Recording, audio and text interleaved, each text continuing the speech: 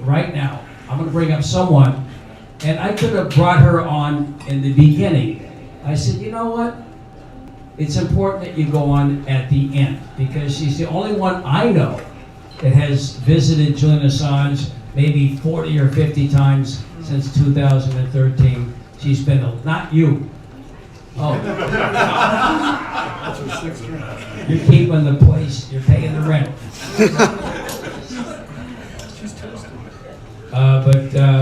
She brought me to Julian Assange in 2016 when I was at WBAI. I was looking for a guest, and she said, here, I didn't want to ask her because she had been visiting and she'd been working with Michael Ratner on the Assange case, and so he got on my show, and then we did the Assange countdown, and she helped me coordinate it along with Julia back in on April 11, 2017.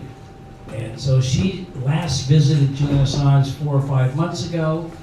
She's been, and if you take a look at her record, 50 years going back to as the organizer of the demonstrations and the sit-ins at Columbia University against the Vietnam War.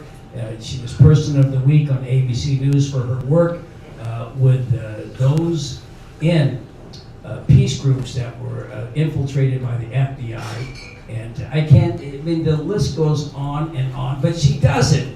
Unlike her husband, the late William Kunstler, who got a lot of attention, she does it quietly, and she gets it done. She worked with me on the Rockefeller drug law movement. She got me into Tuya, where we got 46 people out of prison that were shanghaied into it, this racist drugs thing in 1999. But she does it quietly.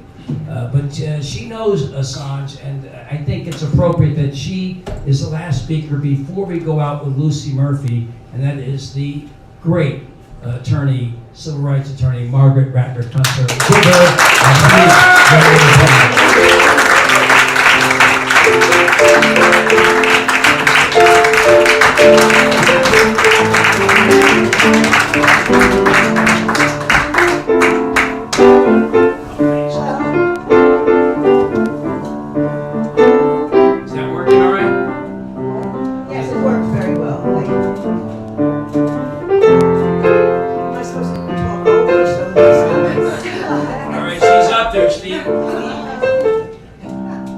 Thank you, Steve. You know, the first time I spoke, the first time I spoke in this room, I said, you know what, I'm optimistic. I'm optimistic that Julian is going to be successful. And the reason I'm optimistic is that it's impossible that this country would turn its back on the basic things, the only things that are left to it to be proud of.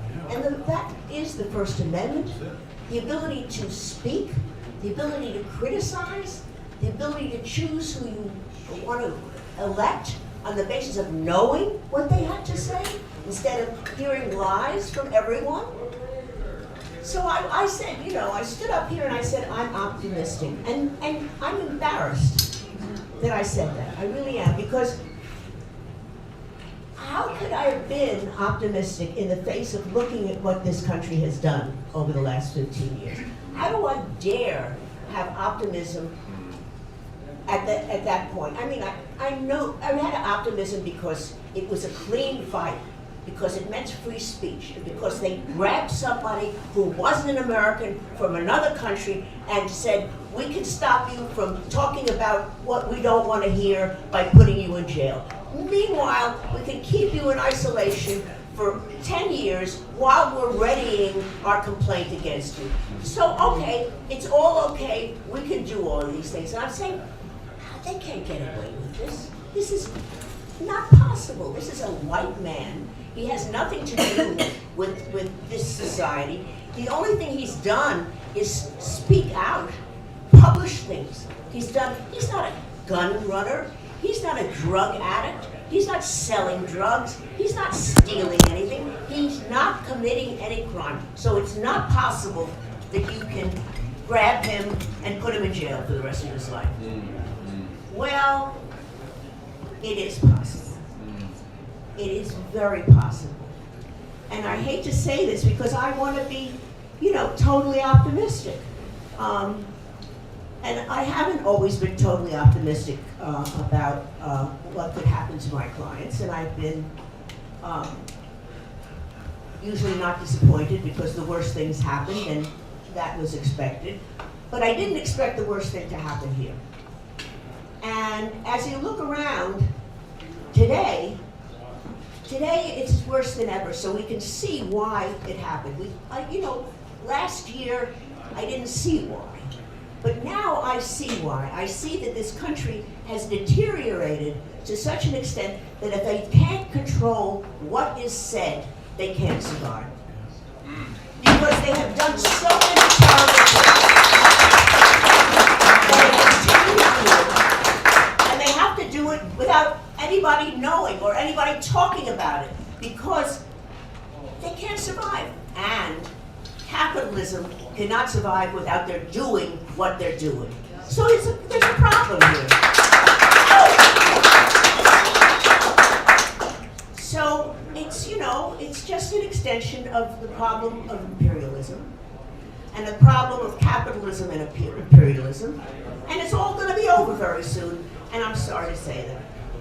And we'll have a real hero in the next millennium, perhaps, and that will be Julian Assange. And we will have someday statues for him, but not in my life, certainly. He is a brilliant, wonderful, generous human being who really never harmed a soul in his life and only had nice things to say about everybody, believe it or not. And I never saw him be chauvinist. I never saw him be talk nastily about anybody behind their back.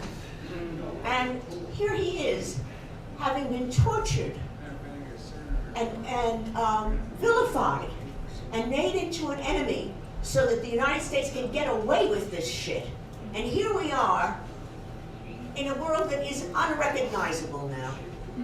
And I'm sorry to say it, and I don't know what else to say except that, I really love him, and I hope that you all can love him, and perceive that how terrible this world has become through looking at what's happening to him. And what's happening to a large number of people in this room who have been silenced.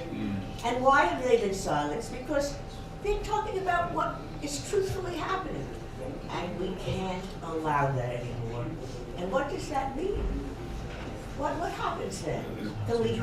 Can we take to the streets? Well, it's the only thing we can do.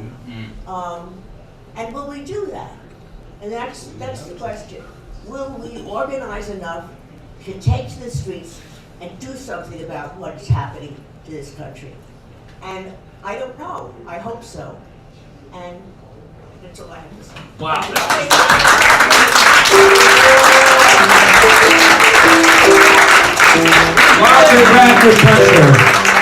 Margaret Kunstler.